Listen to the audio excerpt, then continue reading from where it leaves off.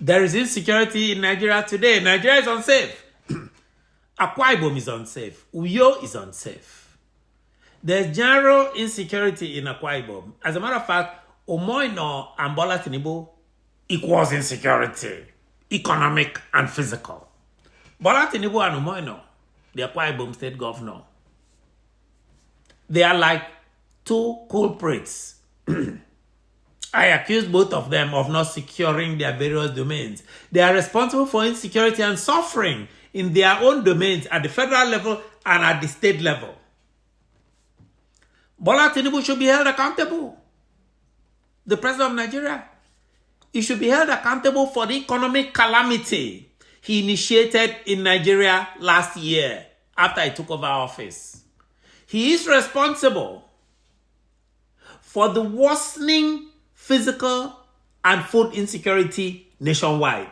In the same vein, Pastor Moino, the sitting governor of Akwa Ibom, should be held accountable. He should be held accountable for the emerging insecurity since he took over office as governor. Akwa Ibom, it's becoming unsafe. He was not that unsafe before, since he took over last year. He is responsible for the hunger and helplessness which is now pervasive in all corners of Akwa Ibom today. February 11, 2024. Umoino, Tinubu is equal to insecurity.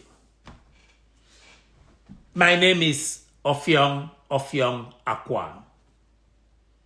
Welcome to the 5th Offiong Akwa Speaks podcast series. The podcast series is called Offiong Akwa Speaks. Welcome. What is our today's topic? Our today's topic is about Pastor Moino and Asiwaju Ahmed Tinubu. Pastor Moino, Asiwaju Ahmed Tinubu is equal to insecurity and helplessness. That's the topic. These two people, they are like twins in terms of how they run their various domains. They are like two peas in a pod. That's what they are like.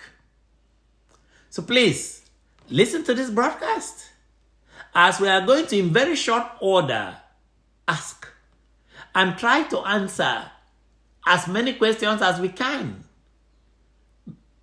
posed to us by many Akwa Ibomites. In fact, many Nigerians, not just Akwa Ibomites, as they wonder about the reasons many indices of development, many indices of the quality of life are collapsing in Nigeria, both at the national level and at the level of the states, at the level of the 36 states. I once more crave your indulgence to use Akwa Ibom as an example of a failing government, of a disappointing and unworkable governance system. So Akwa Ibom is going to be used as a test case for other 35 states. So you don't have to be from Akwa Ibom to listen to this. It will be, you can tell that goes on in other states in varying degrees. What I'm going to talk about, I bet you, if you look at your own state or other states, you will see that this sad experience is widespread. It looks like as Nigeria goes down, so does Akwa Ibom. That's how it's beginning to look like since last year. So many Akwa Ibomites. So at the federal level, Bola Tinubu's federal government, we can say now confidently, has lost control of the security and economic situation in Nigeria. He, the president, has exacerbated and worsened the deteriorating security situation inherited from the inept and absent-minded Muhammadu Buhari. Another disappointment in a long string of disappointments in Nigeria. Bola Tinubu has lost control of the Naira. There's no doubt about that. His government right now is poaching and mopping up billions of dollars sent from the diaspora Diaspora work hard, send money to their relatives, and Nigerian banks mop the money up. They take the money. Nigerians send money to their suffering relatives whose suffering has worsened. And now, people in the diaspora send money by Western Union to Nigeria, and they refuse to give them the money in the denomination they sent. You send dollars, they give naira. And that naira, the government seizes this money and only gives receivers the useless naira at this point at an artificial rate. Last week on Monday, it made this new Tinubu policy official. It is now an official policy that was made official in a letter written to Western Union and other foreign banks yesterday. We said it already, that under Tinubu, the naira is not worth the paper it is printed on. What a joke. What a joke. This is a banana republic move and behavior. The state level is not better. For example, Pastor Moino, who sits at the Hilltop Mansion, the governor's residence and office in Akwa Ibom, is dithering and seems confused with his new power as governor of Akwa Ibom. That is the excuse I'm giving to him, that he's confused with the new power. He actually inherited a not so terrible security situation in Akwa Ibom. It was bad, but it was not terrible. And the mildly underperforming economy, the economy it was so-so in Akwa Ibom. High unemployment, the 85 unemployment has not ended. But Umoino has proven clueless in providing a panacea for managing these out-of-hand, biting, urgent problems affecting 10 million Akwa Ibom people.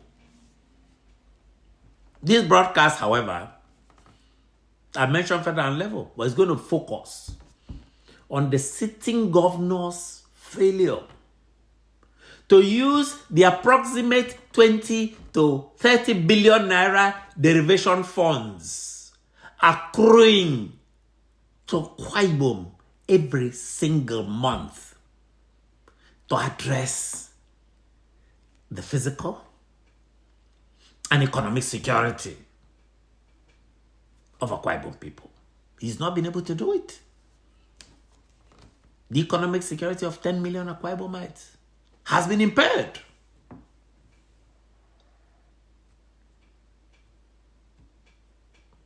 So I once again ask my subscribers and listeners who are not only Akwa Ibomites, non-Akwa Ibomites, some people from outside the country, I'm appealing to them, let me use Akwa Ibom. Seriously, if you get whatever you get in Akwa Ibom, you see in most states in Nigeria. So Akwa Ibom is an example of how powerful and unaccountable Nigerian state governors waste monthly allocations. Some of them appropriate these allocations and ignore the wishes of their populations. They don't listen to their population. There is no democratic mechanism. The democratic mechanism has been corrupted. Pastor Moino of Akwa Ibom, who has been in office for less than a year, is not looking impressive. He's beginning to look like the archetype of an arrogant Nigerian governor. Most Nigerians know what I'm talking about. The streets are talking. The word on the streets in Uyo and in Akwa Ibom is that Pastor Moino is becoming an Akwa Ibom version of Ben Ayade. Ben Ayade, former governor of Cross River State. A lot of people don't know who Ben Ayade is, so let me quickly expatiate for my subscribers and listeners worldwide. Ben Ayade is the disgraced immediate past governor of Cross River State. Right now, he's running away from EFCC. He's the immediate disgraced past governor of Cross River State who behaved like a political clown, dancing around and enacted useless policies in Cross River State. Those policies reversed almost all the small gains made by the two preceding governors, Lely Moke and Donald Duke. Look at the Calabar. People say was clean. It's a dumpster today due to Ben Ayade. Ben Ayade provided fodder and was the butt of jokes and social media memes in Nigeria for the 8 years he was governor. He just left last year. As a matter of fact, if you look up the meaning of incompetence in the dictionary, many cross variants say, you will see a smiling picture of Benaya there. That's how bad he was disregarded in that state.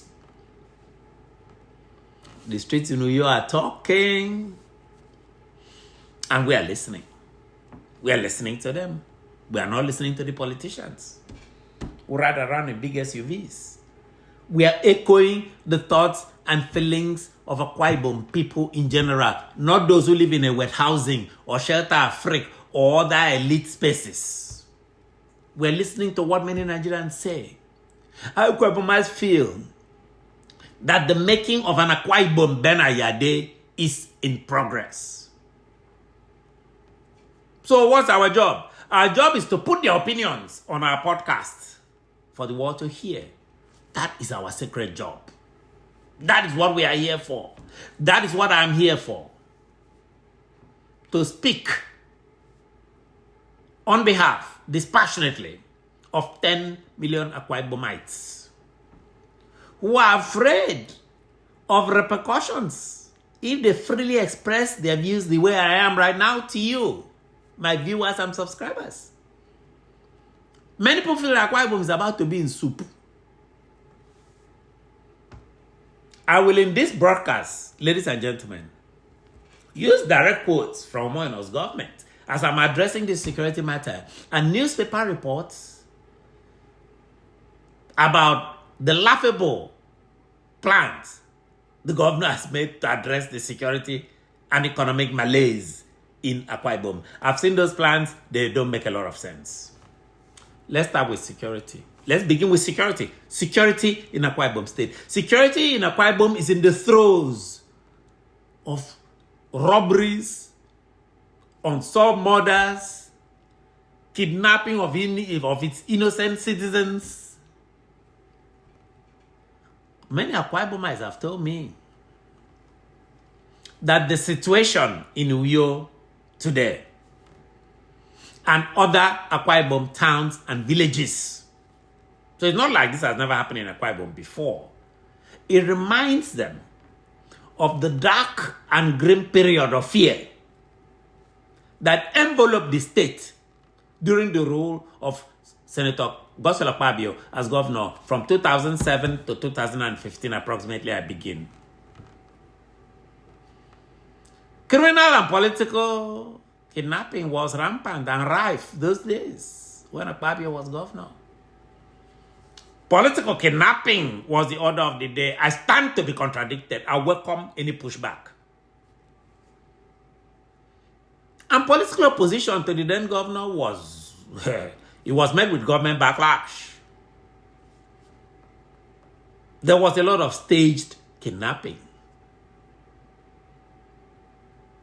Many Akwa Ibom people pointed fingers at the then governor, Godswill Akpabio. I'll be honest, I personally did not believe it at the beginning, but that's what happened. The examples of the stage kidnapping, for example, let me just give you a couple of examples of retired Major General Darakpan, who used to run the National Youth Service Corps, and another candidate who had announced his candidacy to challenge Godswill Akpabio and PDP. He's an engineer from Singapore, Mr. Udonwa.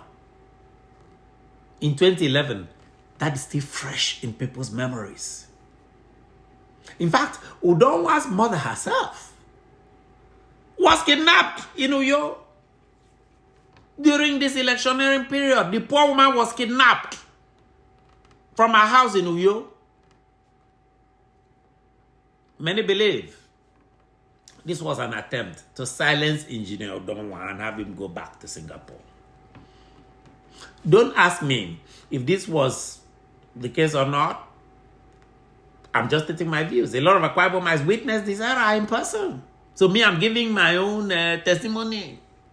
I witnessed it too. Spent a lot of Akwa Ibom in this time during this period myself. To capture the mood of Akwa Ibomites, ladies and gentlemen, let me just make this point. In around that 2011, permit me to use a quote. that is dubiously attributed to the dictator of Romania, Nicolae Ceausescu, who was actually beaten up and killed on the streets by his own people. Quote, "You can do whatever you want if you keep the people frightened enough," unquote, unquote. This happened in Akwa Ibom before. It happened at the lead up to Senator Akpabio's re-election in 2011. It happened. I stand to be contradicted once more. People were scared during this period. Everybody was scared in Akwa Ibom. People were scared in New York. The state governor himself was accused. He denied. Don't get me wrong. He don't deny. He was accused of using kidnapping as a weapon. He vehemently denied this. At the end of it all the candidates, almost a person against him, especially in his party, fled into exile from Akwa Ibom. A lot of them ran away to Lagos. Some ran to Abuja. Many, including people from the diaspora, did not return until Senator Akpabio left office in 2015-2016. I have the names. No one wants to return to that level of insecurity in Akwa Ibom. That is why I'm speaking out today. I don't want it to happen. So I'm calling on Moino to nip it in the bud. That is why I am raising the alarm today. Not during the time it's happening, not after, now. Let Nigeria has inherited Akpabio from Akwa Ibom, make him say, let him go there. See how all those senators are fighting with him. Let Nigeria rape the bad taste of the fruits Akwa Ibom people raped around 2011. Many Akwa Ibomites breathed a sigh of relief when he left office in 2015 and 2016. We don't want that era back. One of the reasons people thought Moino will come and change.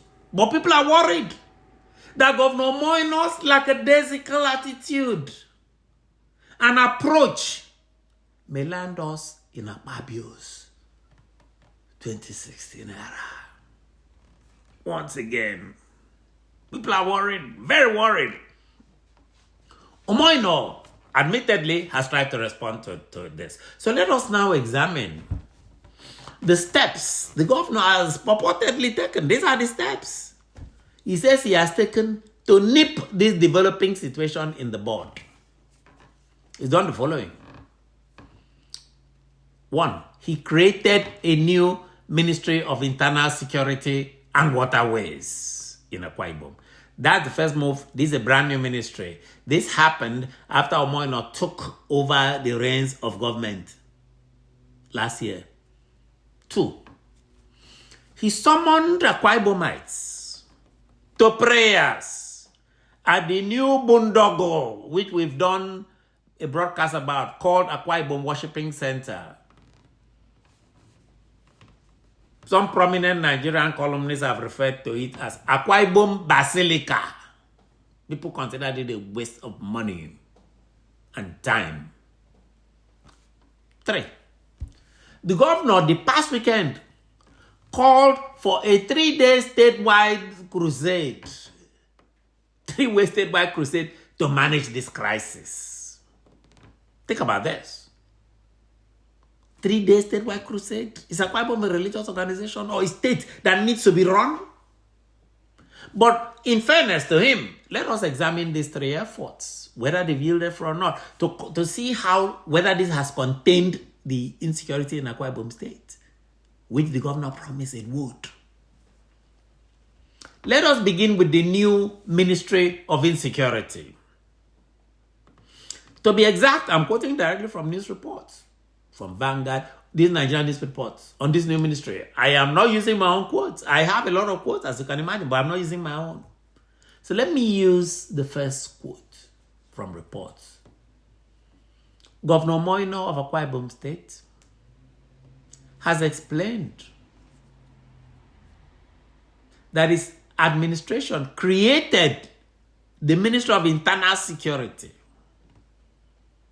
They created that ministry to ensure continuous peace and security of lives and property in the urban and rural areas of the state. Unquote. That's what was reported. But let me give you my own take.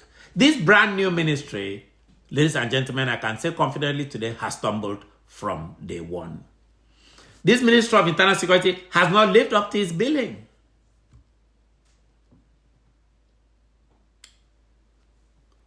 The governor appointed a retired general, General Kokwesian, who, in the opinions of many Akwa Ibomites and many security experts, has done a terrible job in that ministry. He's done a very bad job. This may be due to either the lack of think through in the conception of this ministry, or it may just be that the general is just plain out of his depth. There has been allegations. There has been widespread allegations of nepotism in the way he has manned the different departments in this ministry. In any case, look at the activities of the ministry. The ministry has been quiet, it has been mum, and seems helpless about reported shocking incidents of crime and terrorism in Akwa Ibom. It's quiet, it's inactive.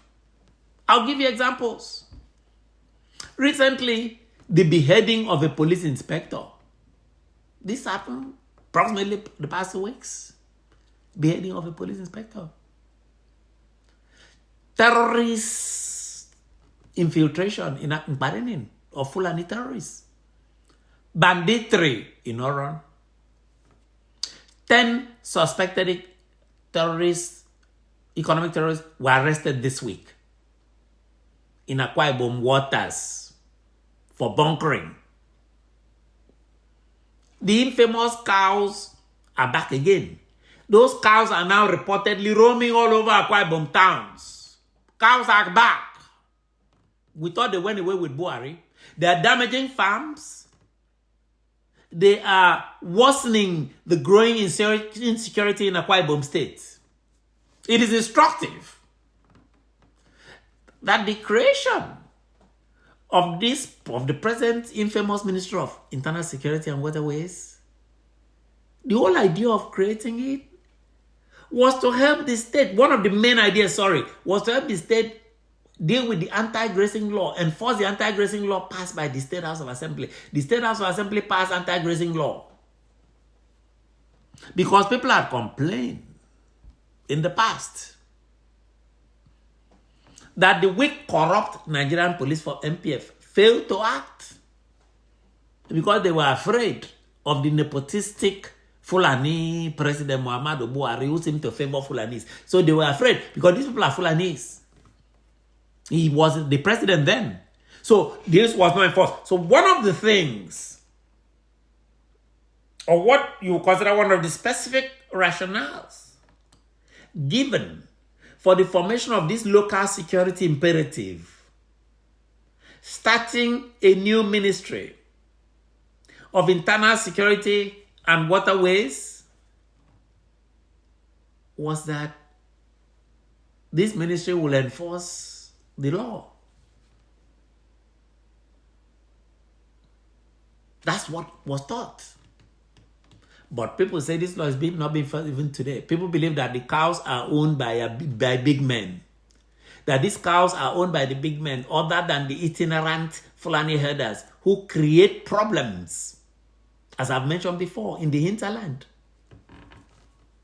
They roam in farms. They have disturbed food security and sufficiency, which the governor says is part of his Arise agenda, food security. Well, these cows are not very helpful. I almost forgot there is an Arise agenda. Arise agenda, ladies and gentlemen, seems to be on paper and propaganda. Another issue, illegal mining of titanium ore in the Ibno area, for example, specifically, by a Chinese company, Ruitai Mining Company. A lot of illegal mining is going on in Akwa Ibom states. The governor said it has stopped this illegal mining. Many believed this was a head fake move by the Umo government, that it has not stopped it. People say that this Ruitai and a couple of other Chinese companies are still mining titanium ore in Akwa Ibom, possibly with the connivance of Nigerian and Akwa Ibom big men today. People say it is continuing. The government says it arrested the Chinese and it stopped this. People say that. By the way, below is the excuse. Let's go back to General Kokoisian here. This is the excuse when he first came, that he gave for rising insecurity. I've made some points about this above, but this is the excuse. So I'm going to quote the retired general directly.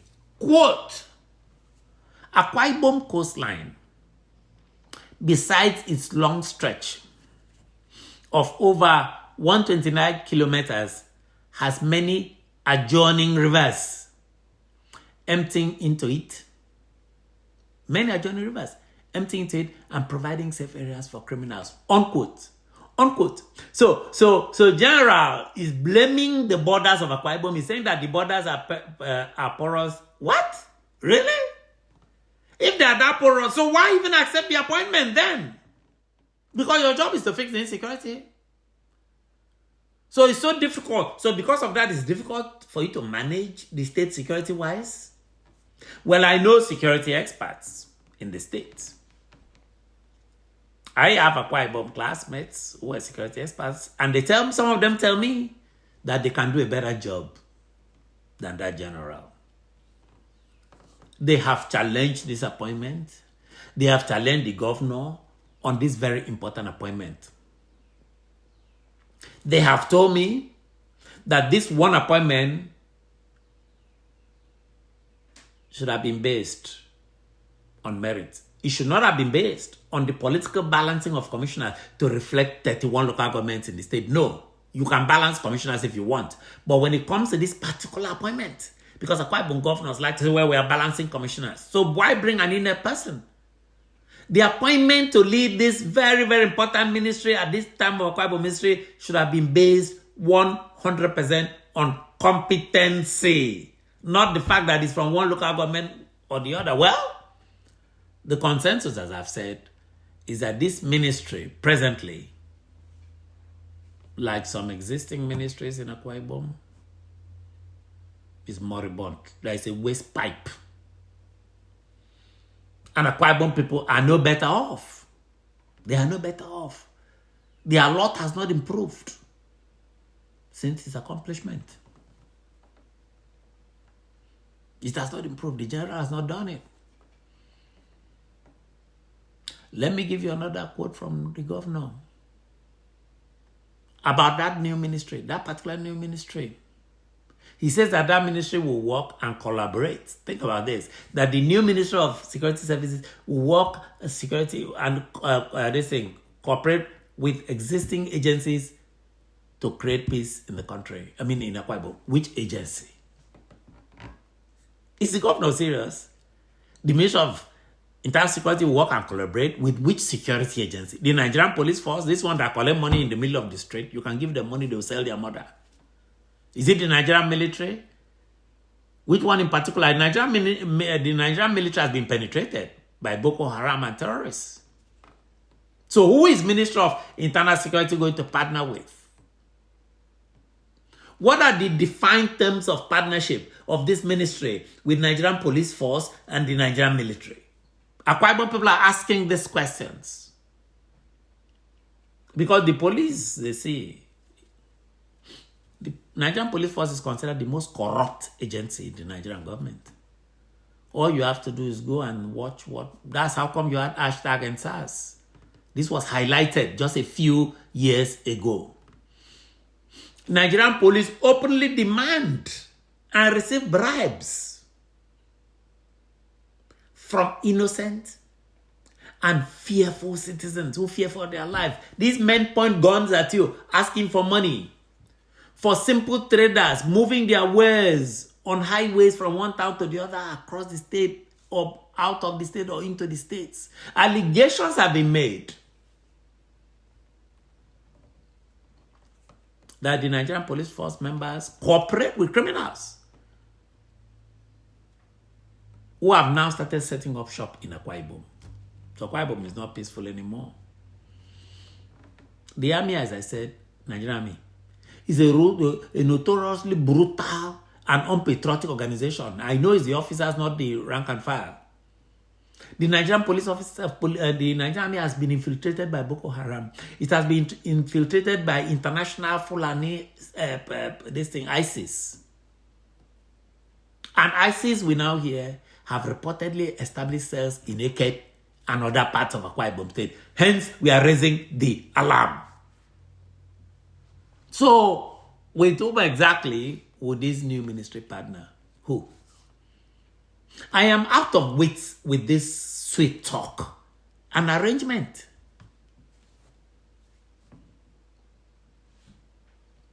So the governor needs to look at that ministry.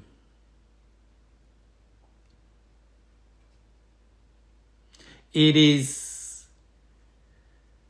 sad. Another thing the governor is doing is using religious leaders. So he has brought in a chapter from Christian Association of Nigeria. This is to counter insecurity. People called the fathers of faith for good governance. He has brought them in to help with insecurity. That these people will, according to the governor, pray for the states. In fact, this crusade they had, they brought in bishops, prophets, Professor Isa El-Buba, apostles, Apostle Lawrence Achidumi, and Pastor Jerry Eze. What? This is my response to the governor bringing in all this for insecurity. The fathers of faith, for example, there's one called Fathers of Faith for Good Governance. Seriously? Good governance? And the Christian Association of Nigeria State Chapter is now part of governing Akwa Ibom State. Who elected them? Why can't they just focus on their job as religious leaders? Who elected these people for governance? Why do we need all these groups to come for jamboree in Akwa Ibom, to enjoy Akwa Ibom derivation? Why do we need them? In order to institute good governance and security measures against kidnapping, to protect Akwa Ibom people. Why do we need these men? I know that Akwa Ibom is subjected to the Northern Imposed Constitution. Don't get me wrong. What is run in Akwa Ibom today is a pseudo-democracy. But is Umoino, by bringing all these men talking in this way about divine things, is it introducing theocracy into Akwa Ibom? Has Akwa Ibom government now been turned into a government by divine proclamation? The government, not individual. Individuals have a right on churches, have a right to worship. Is Akwa Ibom governance about to become a government based on religious laws and religious pastors imported from all over Nigeria? Why this constant congregation of religious leaders all over the country in Uyo? Why is Pastor Moy not bringing all these people? For what purpose? Who are these people? Who pays for their flights, their first-class flights, as I was told, to and from Uyo? Who pays for their stay at posh government-subsidized Le Meridien Golf Resort and other fancy hotels? Who pays for them?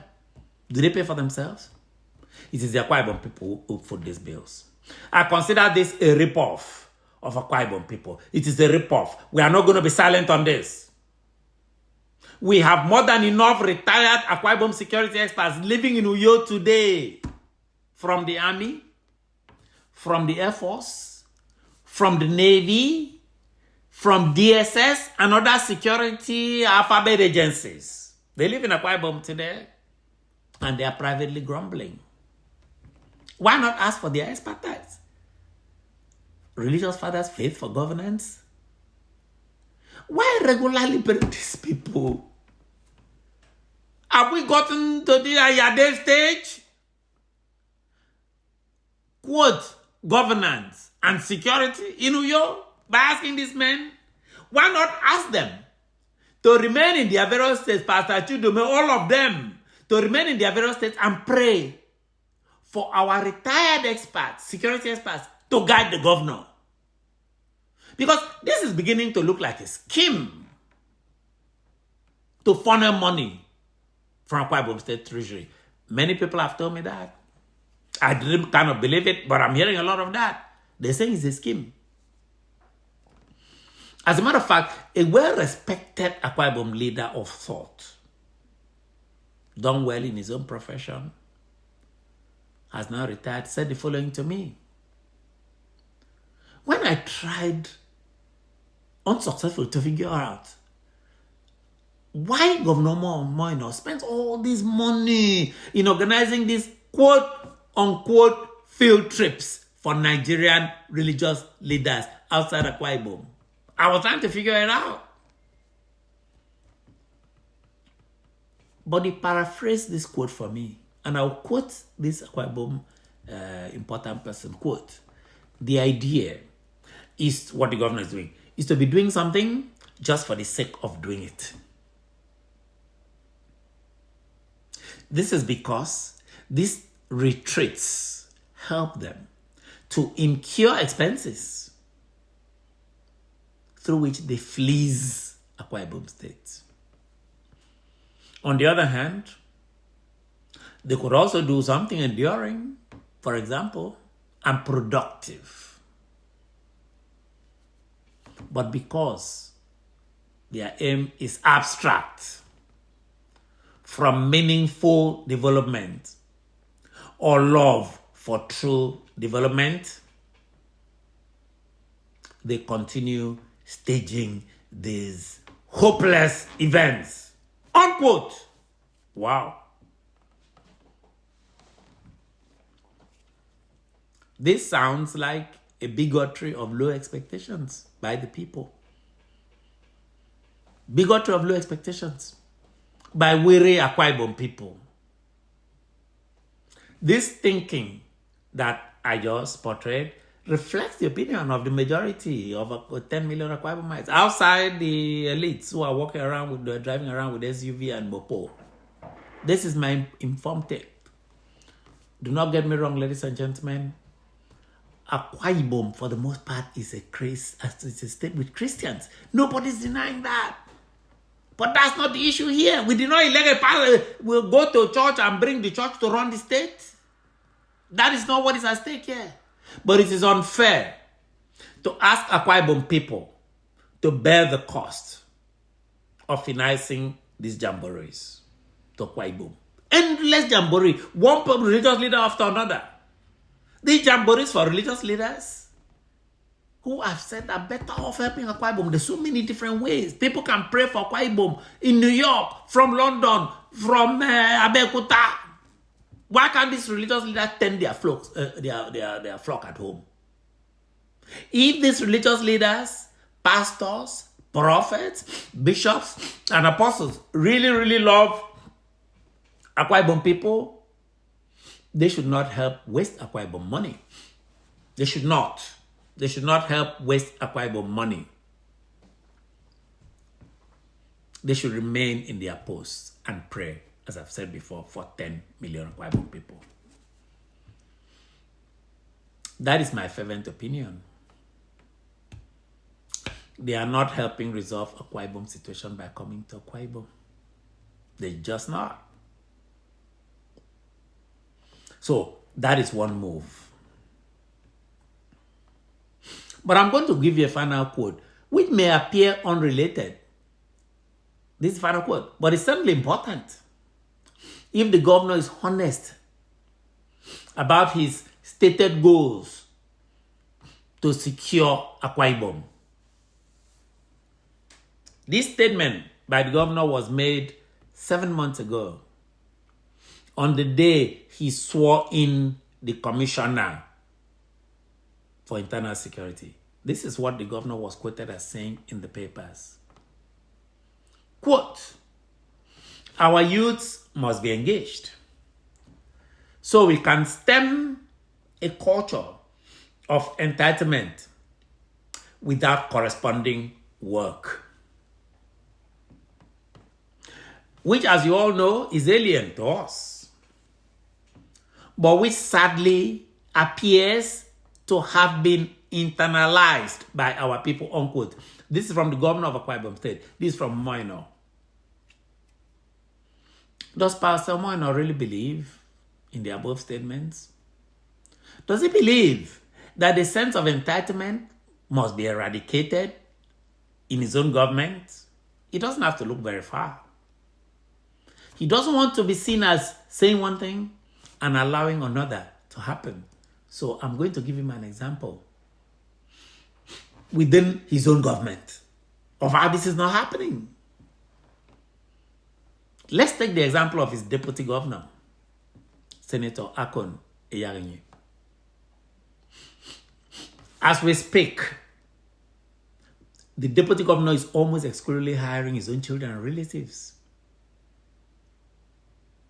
on Akwa Ibom salary as senior aides, almost exclusively. These nepotistic appointments were directly approved by Governor Moino. Directly. We have been told.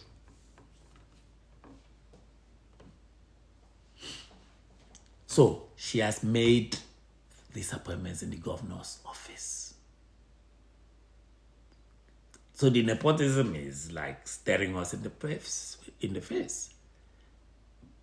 And the governor has signed off on these aids. I'm sure you would think, well, is it a rumor? Is it a story? No, it's not. The deputy governor has appointed his children and nephew to be his most senior aides, his closest aides.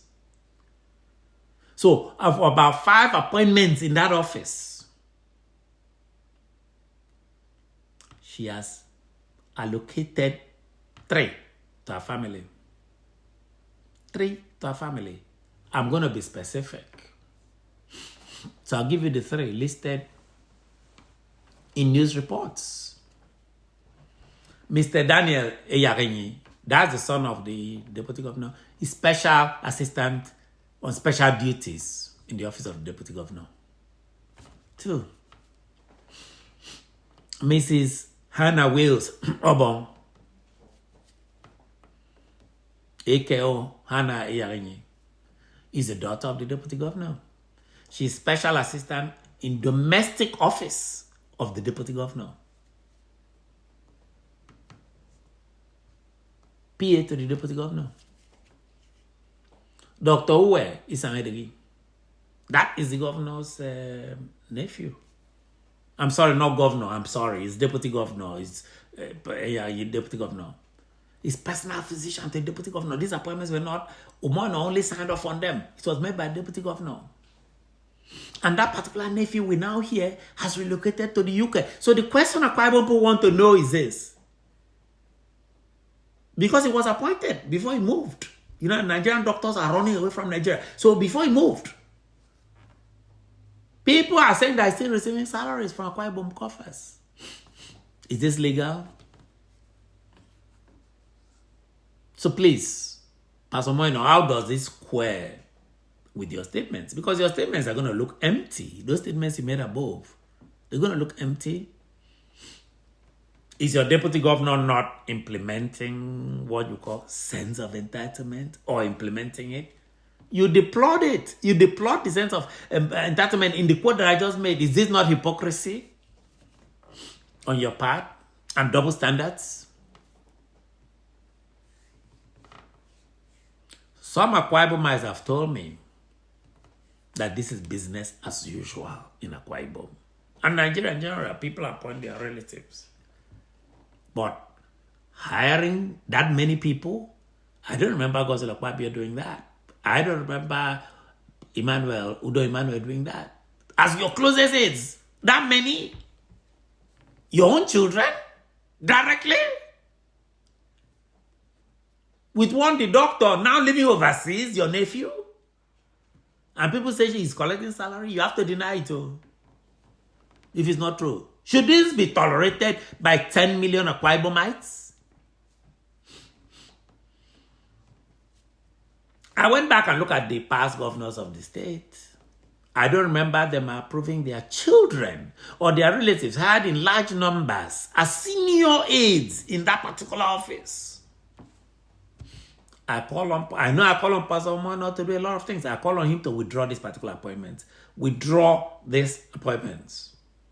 Withdraw them. And make sure Akwa Ibom State is not paying salaries of people who have relocated to the UK to practice medicine as widely reported. That nephew is not receiving a paycheck from overseas as we speak. Man, Akwa Ibom is in trouble. That's why we are jumping. We really don't criticize Akwa Ibom governors, but Akwa Ibom is in trouble. As they normally say in Akwa Ibom lingo, Akwa Ibom Edwaro, which means Akwa Ibom. The translation is that Akwa Ibom is in trouble. We are in trouble. If nothing is done to reverse course, that is what we demand. Reverse course. That is all for today. But remember to look out for our next podcast and broadcast, which will examine in specificity the economic calamities that have befallen Nigeria and the specific economic calamity that has befallen Akwa Ibom State.